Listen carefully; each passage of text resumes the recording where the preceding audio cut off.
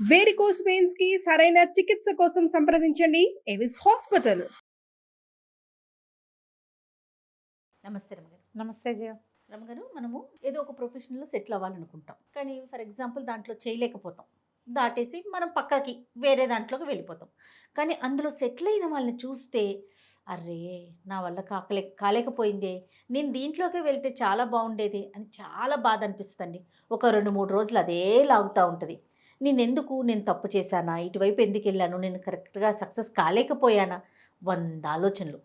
అదేదో ఉద్యోగమో సద్యోగమో ఇంతవరకు అయితే పర్వాలా, జీవితంలో కూడా రమగారు, అది కూడా మ్యారిటల్ లైఫ్లో ఏదో అనుకోకుండా చేసుకోవాల్సింది ఆగిపోయి వేరే చోటకి ఇంకొక చోటకి వెళ్ళాల్సి వచ్చినప్పుడు, వాళ్ళు ఎవరైనా తారసపడినప్పుడు ఆ బాధ అసలు వర్ణనాతీతం.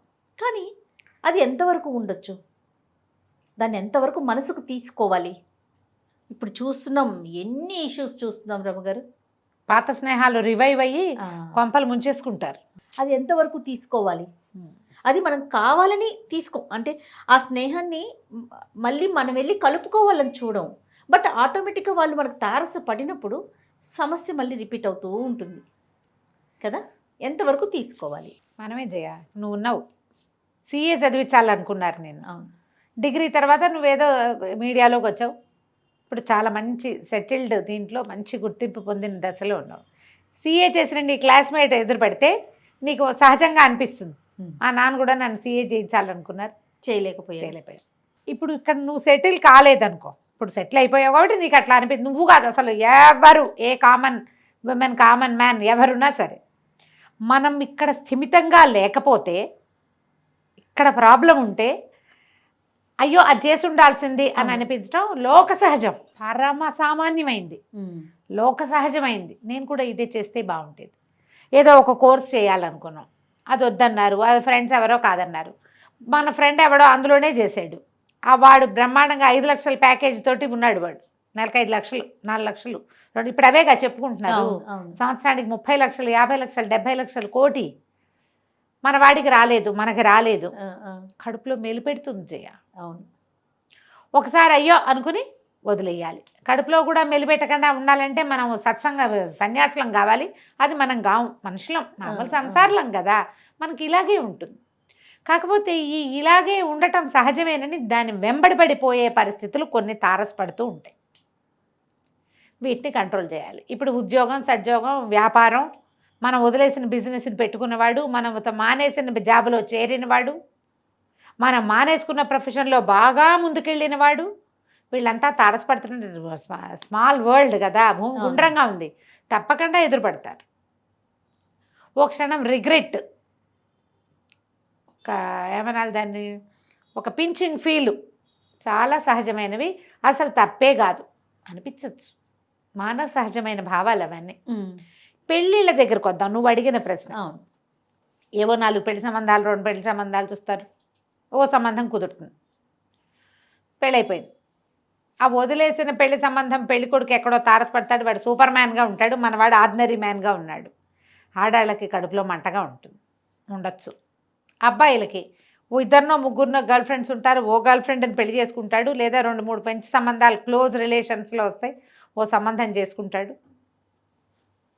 ఈ జీవితం బాగుండకపోతే అయ్యో దాన్ని చేసుకుని ఉండాల్సింది అనిపించటం ఒక రకం, ఒక రిగ్రెట్. అవతల వాళ్ళ జీవితం బాగుండేది, అయ్యో దీని కాకుండా దాన్ని చేసుకుంటే దాని జీవితం బాగుండేది కదా, నా వల్లే ఇది ఇలా అయిపోయిందేమో అనిపించడం ఇంకో రిగ్రెట్. అన్నీ సహజమైన విజయ. ఈ రిగ్రెషన్ ఉంది చూసావా, దాని మీద పయనించటం ఉంది చూసావు, అవి కొంప ముంచుతాయి. పయనించకూడదు, దాన్ని సరిచేయటానికి పూనుకోకూడదు, దాన్ని కంటిన్యూ చేయకూడదు. ఇవాళ రేపు రోజులను మనం ఎట్లా చూస్తున్నామంటే, ఒక 10 పెళ్లి సంబంధాలు చూస్తున్నారు, 10 మంది అబ్బాయిలు అమ్మాయిలు మాట్లాడుకుంటారు, వదిలేసాం సంబంధాలు, 16వ సంబంధం చేసుకున్నాం.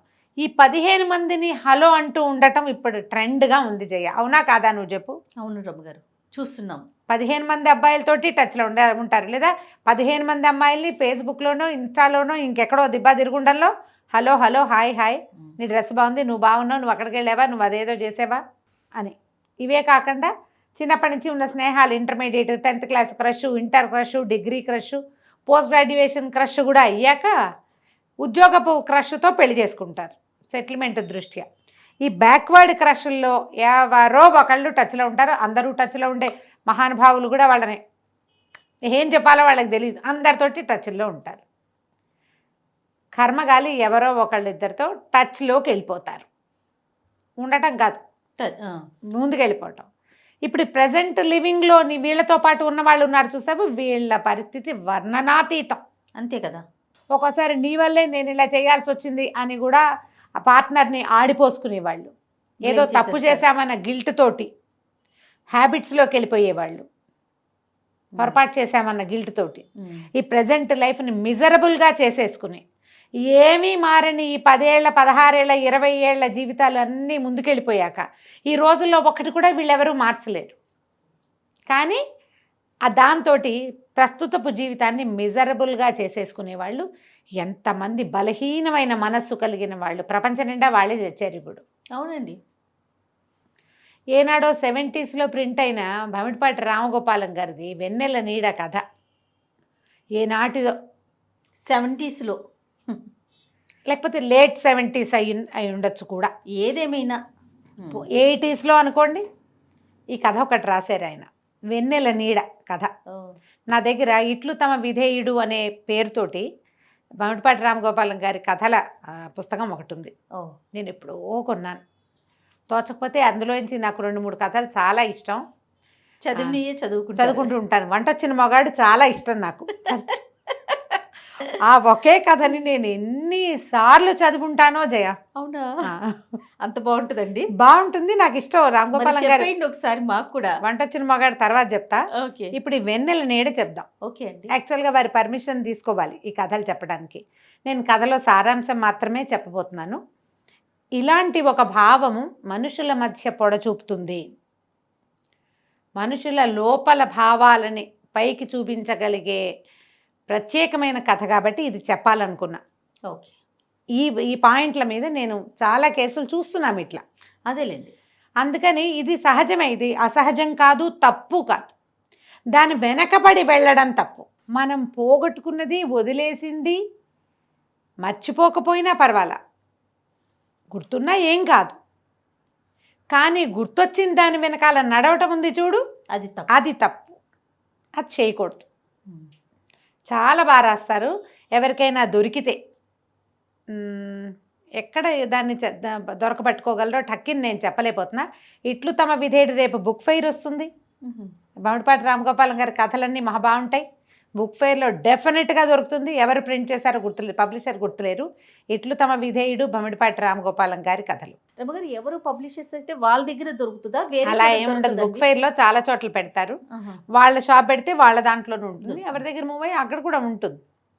ఖచ్చితంగా దొరుకుతుంది. ఈ పేరుతోటి దొరికించుకోండి. బుక్ లవర్స్ దగ్గర ఉండవలసిన పుస్తకం. చాలా బాగుంటుంది, చక్కటి శైలి. మధురాంతకం రాజారాం గారి కథలు బాగుంటాయి. ఇట్లా తర్వాత భమిడిపాటి రామగోపాలం గారి కథలు కూడా బాగుంటాయి. ఈ కథలు ఎలా చెప్తారంటే, ఒక భార్యాభర్త 2 చంటి పిల్లలతోటి ట్రైన్లో వస్తూ ఉంటారు. ఆయన పేరు వెంకటేశ్వర్లు, అమ్మాయి పేరు శ్యామల. ఆవిడ 20 దాటిన 30 లోపల అమ్మాయి. 30 టచ్చో కాస్త అటు ఇటు ముందుకెళ్ళిందో అతని వయసు. అయితే వీళ్ళు ట్రైన్ ఎక్కి వస్తుంటే ఒక ఆయన చాలా అందమైన ఒక ఆయన తారసపడతాడు. శ్యామల వాళ్ళ చెల్లెలు పెళ్ళికి వెళ్ళొస్తున్నారు. వాళ్ళు 10 రోజులు సెలవు పెట్టారు. పెళ్ళిలో హడావిడంతా అయ్యాక వస్తున్నారు. తారసపడితే ఆయన ఎక్కడో చూశాను అనిపిస్తుంది అమ్మాయికి.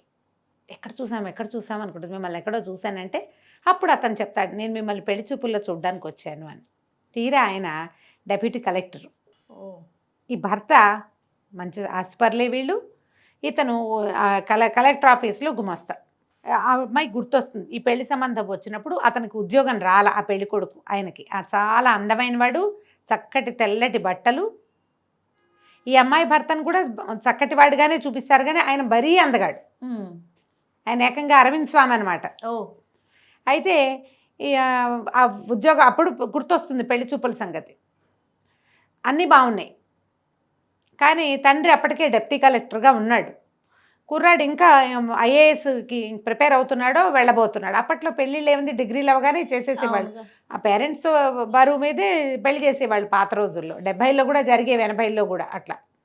కానీ ఇంకా ఉద్యోగం రాలేదు కాబట్టి వీళ్ళు వెనక్కి తీశారు. మీ ఇష్టం వచ్చినట్టు ఏడవండి, నేను ఈయన్నే చేసుకుంటా అని చాలా గొడవ పెట్టాలని అమ్మాయికి అనిపించదు, ఆయన అంత అందంగా ఉన్నాడు కాబట్టి. కానీ కుదరలా. నాయన మా పిల్ల పెళ్లి చూసి చచ్చిపోవాలనుకుంటుంది. ఇంకో ఏడాది ఆగితే ఆయన కానీ అతను సెటిల్ అవ్వడు. అందుకని ఆ సంబంధం మానేసి ఇంకో సంబంధం కుదిర్చారు. ఈ అమ్మాయికి గుర్తొచ్చింది. ఆవిడ కళ్ళు మెరిసిపోయినాయి. ఎంత సంతోషం వచ్చేసిందో. ఆయన ఏదో ఫ్రెండ్ లాగా అనిపించాడు. భార్యలో ఉన్న ఈ చిన్న దాన్ని, ఈ కలవరాన్ని భర్త గమనిస్తాడు, కానీ ఆయన చూసి చూడనట్టు ఊరుకుంటాడు. ఆయన డిప్యూటీ కలెక్టర్ అని అదని తెలిసిపోయింది. చెప్పాడు ఆయన, ఎక్కడికో అక్కడ వెళ్తున్నాను, జాయిన్ అవ్వడానికి వెళ్తున్నానని చెప్పాడు. ఇతనేమో నేను కూడా కలెక్టర్ ఆఫీస్లో ఏదో ఉద్యోగం అండి అన్నాడు. అతను నిద్ర పట్టింది, ఈవిడికి కలత నిద్ర, అతను ఎప్పుడో దిగేశాడు. లేదా అతను నిద్రపోతున్నాడు, వీళ్ళు దిగేశారు. అయ్యో చెప్పకుండా దిగేసామే అని చాలా చింతించింది. కానీ ఆయన మీదే ఆలోచించుకుంటూ ఉంటుంది. భర్తను అడుగుతుంది, ఏమండి కలెక్టర్ అవ్వాలంటే ఏం చేయాలండి అని. ఈయన ఆశ్చర్యపోయాడు. ఏమిటి, ఎవరి గురించి అయినా అంత ఆలోచించే రకం కాదు ఈ అమ్మాయి. బుద్ధి ఎలా అయిపోయింది. ఆయన సౌందర్యము, ఉద్యోగము. అడిగితే ఈయన ఏమంటాడు, ఏదో చూస్తారు, ఒట్టిగా చదివే కాదు, ఎంఏ అది ఉండాలనుకుంటా. మరి అప్పుడంతా ఏంటంటే ఫ్యామిలీస్, మంచి ఫ్యామిలీలు కావాలి అలా అనుకునేం. 70లలో ఇలాంటి ఐడియాస్ ఉండేవట. అందరూ ఐఏఎస్లు అయ్యేవాళ్ళు కాదు, కుటుంబ నేపథ్యం కూడా చూస్తారని చెప్పాడు. ఆలోచించుకుంటూ ఇల్లు చేరారు. ఇంతలో ఏదో కాస్త ఆయన మీదే ఉంది మనసు ఈ అమ్మాయికి. ఇంటిలో వాకిట్లో దిగారు. నీళ్లు పెట్టమన్నాడు. బాయిలర్లు వెలిగించడము అవి కనపడతాయి. హోటల్కి వెళ్ళి క్యారేజీ పట్టించుకొస్తా అన్నాడు. చీకటి పడిపోయింది రాత్రి. నువ్వు వెళ్ళి పక్కలేయి అని చెప్పాడు. సరే క్యారేజీ వస్తే ఇంతలో ఏమైంది, జవాన్ ఒకడు తలుపు కొట్టాడు కలెక్టర్ ఆఫీస్ నుంచి. తెల్లవారే రమ్మన్నారనేసరికి ఈ అమ్మాయికి ఒళ్ళు మండిపోయింది. ఇంకేముంది, ఉద్యోగం పిలవడానికి వచ్చేసారని విసుక్కుంది. ఆ అమ్మాయి అలా విసుక్కోవటం అతనికి ఏం కొత్త కాదు, తెలుసు. ఈ ఆఫీసుల్లో కలెక్టర్ గారు ఎప్పుడు వెళ్ళదలుచుకుంటే అప్పుడు మొత్తం గుంపంతా ఆయన వెనకాల వెళ్ళటం. ఇతనేమో స్టెనోగ్రాఫర్ కూడా ఈ అమ్మాయి భర్త. అవసరమైతే ఏదైనా షార్ట్ హ్యాండ్ నోటీస్ తీసుకోవడం కోసం ఈయన్ని నోట్ చేసుకోవడానికి ఇతన్ని వాడడము అవి ఉన్నాయి. ఈ రాత్రిళ్ళు ఎప్పుడైనా జమాబందీలు అవి ఉంటే అప్పుడు అంతా వ్యవహారాలు వేరేగా ఉంటాయి కదా. అప్పుడు ఇతను లేట్గా వస్తే, ఏంటి వీళ్ళకి పెళ్ళిళ్ళు కాలేదా, పెళ్ళాలు లేరా, ఎప్పుడు ఏమిటి ఉద్యోగం అని విసుక్కునేది. ఆఫీస్లో కూడా తెలిసింది ఈ అమ్మాయి ఇలా విసుక్కుంటుందని అదని. కానీ ఈయనకి ఈ మాట అర్థం కాల. ఏంటి ఇట్లా అంది, ఇంత మాట, ఇంకేముంది నీ ఉద్యోగం అంటే గుమాస్తా ఉద్యోగం ఇంతే కదా, అది సెంటెన్స్ భావం. ఆయనకు అర్థమైంది. కానీ ఆ రైల్లో తారసపడిన పెద్ద మనిషి ఉద్యోగంతో తన ఉద్యోగం పోల్చుకుని అంటోందేమో అని అనుకోవడానికి ఆయనకి మనసొప్పల. కానీ అదే పాయింట్ అక్కడ. సరే రాత్రి పడుకున్నారు. పడుకుంటే ఇంకా అమ్మాయికి ఎంతసేపు డోలాయమానంగా మనసు అతని వైపే లాగుతూ ఉంటుంది. అది రాస్తారమ్మా, ఎట్లా మనసు ముందు వెనక అవటం. ఎంత చక్కటి భాష అంటే ఎంత బాగా రాస్తారు. నిద్ర బాగా పట్టదు. ఏమిటో అలసిపోయినట్టున్నావు అని భర్త అంటే, ఏం అలసిపోవాలి, హాయిగా నిద్రపోయా అని ఆయనతో అతనితో కూడా పెడసరంగా మాట్లాడతాడు. అతను చాలా మంచివాడు, చాలా చక్కటివాడు, మంచి మనసున్న మనిషి. తెల్లవారి లేచేసరికల్లా ఎప్పటికీ తెల్లారైనా లేవదు, లేట్గా లేస్తుంది. లేట్గా లేచి చూస్తే పని మనిషి వచ్చి ఎంత నిద్రపోయావమ్మా అంటుంది. తీరా చూస్తే భర్త అప్పటికే వెళ్ళిపోయాడు. స్టవ్ వెలిగించేశాడు, బాయిలర్ వెలిగించి నీళ్ళు పోసుకున్నాడు, కొడుకు స్నానం చేయించేశాడు. 4-5 ఏళ్ల వాడికి పిల్లాడు ఆడుకుంటున్నాడు. చంటి పిల్ల అమ్మాయి పక్కలోనే ఉంది. కాఫీ కూడా కలిపి అక్కడ పెట్టేశాడు. అమ్మాయికి సిగ్గేసింది, ఏంటి నేను ఇలా బిహేవ్ చేశాను. తను ఏదో తన ఆలోచనలో ఒక పొరపాటు ఉందని తెలిసింది. ఇన్ని 7-8 సంవత్సరాల వైవాహిక జీవితంలో ఒక్కసారి కూడా అతని మీద కంప్లైంట్ లేదు. ఎవరైనా మనిషి కనపడితే నేను ఇలా ఆలోచించచ్చా, తనకి ఆలోచన వచ్చింది. కానీ అతను సాయంత్రం అయినా ఆయన రాడు. ఎవరు భర్త రాలేదు ఆఫీస్ నుంచి. ఏమిటి పొద్దున్నే కలెక్టర్ గారు ఎక్కడికో వెళ్తాడు, తెల్లవారే రమ్మన్నారు, వెళ్ళిపోయాడు ఆయన. రాకపోయేసరికల్లా ఈయన ఏం చేసింది, ముందు వెనక ఆడి అమ్మాయికి భయం పట్టుకుంది. నిన్న రాత్రి నేనేదో అతనితో అవజ్ఞగా మాట్లాడేశా, దురుసుగా ఏం మాట్లాడానో అతని మనసు పట్టుకుంది దాన్ని. అవతల ఆయన్ని దృష్టిలో పెట్టుకునే తను మాట్లాడానని భర్తకు అర్థమైందని ఇక 4 పీక్కుంటుంది. ఆయన రాడు. హెడ్ గుమాస్తా గారిది ఇల్లు ఎదురుగుండా సందు, అదే రోడ్డు మీద అవతల ఇల్లు. అక్కడికి వెళ్ళేసరికల్లా ఆయన ఏమంటే ఈయన ఏరియా అని అడిగితే బందర్ వెళ్ళిన వాళ్ళందరూ వచ్చేసారే అని ఆశ్చర్యపోయాడు. అందరినీ బందర్ తీసిపోయాడు డిప్యూటీ కలెక్టర్. రాలేదు. ఈ అమ్మాయి బిక్కమొహం వేసుకుని ఉంది. మర్నాడు రాలా, మూడో రోజు రాలా. మూడో రోజు ఆయనే వచ్చి అడిగాడు హెడ్ గుమాస్తా గారు. ఆయన వచ్చేసరికి ఈ అమ్మాయి 3 రోజుల నుంచి కంటికి మింటికి ఏకధారగా ఏడ్చుకుంటూ పిల్లలకి అన్నాలు పెడుతోంది, వంట చేసుకుంటోంది, ఇల్లు వాకిలి తుడిపించుకుంటూ ఏదో చేస్తోంది. కానీ దిగులు పుట్టేసింది. భయం కదా. భయం కదా, జీవితాన్ని పాడు చేసేసుకున్నాను నేను, తప్పు పొరపాటు. కళ్ళు మొహం పొంగిపోయి ఉండేసరికల్లా ఈయనేం అడిగాడు వచ్చి, ఏమమ్మా ఏమన్నా మాట అనుకున్నారా? అసలు అట్లా చేయడే, వెంకటేశ్వర్లు చాలా బుద్ధిమంతుడు. ఏమనుకున్నారు, పెళ్ళికి వెళ్ళారు కదా, ఏమన్నా లాంఛనాల విషయంలో తగాదా వచ్చింది అంటే మరదలకి బాగా పెట్టారు మాకు పెట్టలేదు అన్నాడు. అతను అట్లాంటి వాడు కాదు. అతను అట్లాంటి వాడు కాదని ఉద్యోగంలో ఆయన పైన ఆయనకి తెలుసు. అతను ఎట్లాంటి వాడో భార్యకి ఇంకా ఎంత బాగా తెలిసి ఉండాలి. అంతేగా. 3 రోజులు పత్తాలేడు అతను. 3వ రోజు రాత్రి తలుపు చప్పుడైంది. రిక్షా అతను మామిడి పళ్ళు పట్టుకొచ్చి లోపల పెట్టాడు. వెంకటేశ్వర కోటిప్పుతూ లోపలికి వచ్చాడు. లోపలికి వచ్చి, సారీ శ్యామల, అనుకోకుండా మా అమ్మని చూడ్డానికి వెళ్ళొచ్చాను. అమ్మ పడిపోయింది, ఆవిడ నూతిగట్టు మీద కాలు జారిపడింది, పెళ్ళి ఉత్తరం వచ్చింది కానీ ఈ పెళ్లి హడావిడి నుంచి అట్నుంచి వచ్చేటప్పుడు దిగలేకపోయాను, బందరెళ్ళే కదా అని వెళ్ళి మా అమ్మని చూసొచ్చాను అని తీరా మొహం చూసేసరికి అమ్మాయి కళ్ళు మొహం పొంగిపోయి ఏడుస్తున్నది, నిద్రలేనిది కనపడుతుంది కదా మొహం. అదేమిటి అలా అయిపోయావు నువ్వు, 3 రోజులు వండుకు చూసినట్టున్నావు పాపం అనగానే భోరుమని ఏడుస్తూ కాళ్ళు పట్టేసుకుంటుంది. క్షమించండి నన్ను, ఇందులో ఏమైంది, ఎందుకు అలా ఫీల్ అవుతున్నావు, నేనేం అనుకోలేదే అన్నాడు. అతను ఏది మనసుకు తీసుకోలే, తనకు తెలుసు కదా తను తప్పు ఏమైతే. ఇప్పుడు సెల్ఫ్ రిపెంట్, సొంతానికి రిపెంట్ అవ్వటం అనేది ఒక పాయింట్ ఉంటుంది. ఇప్పుడు అమ్మాయి మనసు అతని వైపే వెళ్తే ఈ జీవితాన్ని ఎంత మిజరబుల్గా చేసేసుకోవచ్చు. మరి నువ్వెందుకు కలెక్టర్ కావనొచ్చు, మా వాళ్ళు హాయిగా మంచి సంబంధం చేసి ఉండొచ్చు, దిక్కుమాల సంబంధం చేశారు అని అనుండొచ్చు. మొదలు పెడితే ఏముంది, ఎక్కడికైనా వెళ్ళొచ్చు, తెగేదాకా వెళ్ళిపోతుంది కదా. ఆ 70-80లలో రాయబడిన ఈ కథని ప్రతి ఆడపిల్లతోటి చదివించాలి జయ. నిజం గారు. కొంతమంది ఏం చేస్తారంటే ఈ స్నేహాలు మగవాడు పట్టించుకోకపోతే ఈ ఆడపిల్లలే వాళ్ళని కెలుకుతారు వెళ్ళి. 15 సంవత్సరాల తర్వాత ఈ పాత విషయాన్ని కలిగించటము, పాత వాటిని కంటిన్యూ చేయటము. కాలేజీ ఫ్రెండ్స్ 50 ఏళ్ళు వచ్చాక మళ్ళీ ఫ్రెండ్షిప్లు చేయడానికి చూస్తున్న కాలం తెలుసా జయ ఇది. నిజంగా కాలేజ్ ఫ్రెండ్స్ అంటే 20 ఏళ్ల వయసు ఉంటుంది, 50లు వస్తుండగా ఆ ప్రయత్నం చేయొచ్చా? ఫ్రెండ్గా మాట్లాడొచ్చు అంతవరకు, అంతేకాని ఫ్రెండ్షిప్ చేయాలని కోరుకోవటం ఎంత తప్పు. చాలా కదా. మన నువ్వు పైగా చెప్పేది పిల్లలు, మీరు పిల్లలకి చెప్పే వయసు, పిల్లలు ఏదైనా చేసే వయసు. అటు జీవితము పాడవుతుంది, ఇటు వీళ్ళ సంసార జీవితము పాడవుతుంది. మనసుకి కళ్ళాలు ఉండాలి, వెయ్యాలి కదరమ్మ గారు, ఉండాలి, వెయ్యాలి కూడా. మనం వదిలేసిన జీవితంలో ఆ తీపిని గుర్తు చేసుకోకూడదు. ఉంటున్న జీవితంలో స్వారస్యాన్ని వెతకాలి ఎప్పుడు కూడా. ఒకవేళ నిజంగా నీకు ఏదో స్వారస్యం లేదు, ఏమి లేదు, నువ్వు అటు వెళ్దాం అనుకున్నావు, ఇప్పుడు 2 వేరు జీవితాల్లో స్వారస్యాలు లేకుండా ఉండవు. నీకు లేదు, వాళ్ళకు ఉంటుంది. పోయి వాళ్ళని కెలికితే వాళ్ళ పని, వాళ్ళ జీవితం నాశనం కాదు. లేకపోతే వీళ్ళొచ్చి వీళ్ళని రెండో వాళ్ళని చెడగొట్టినా కదా. ఎక్కువ మంది జీవితాలు ఇన్వాల్వ్ అయ్యే సమయాల్లో ఈ పనులు చేయకూడదు. ఈ కథని వీలైతే చదవండి తప్పకుండా. నేను చాలా బ్రీఫ్గా చెప్పా.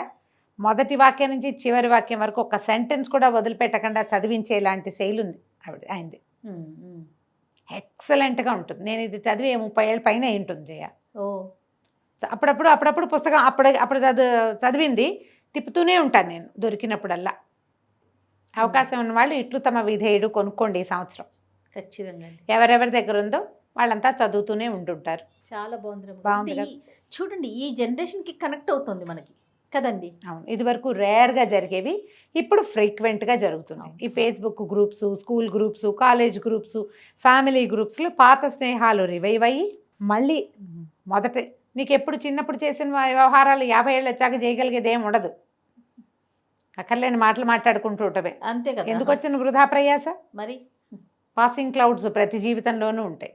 పాత వాళ్ళు ఒకసారి అలా వచ్చిపోతూ ఉంటారు, పోనివ్వాలి వాళ్ళని. అంతేగాని పట్టుకుని ఆపి ఏదైనా చేద్దామని అనుకుని ప్రజెంట్ జీవితాన్ని పాడు చేసుకోవద్దు. సూపర్. నమస్తే. నమస్తే.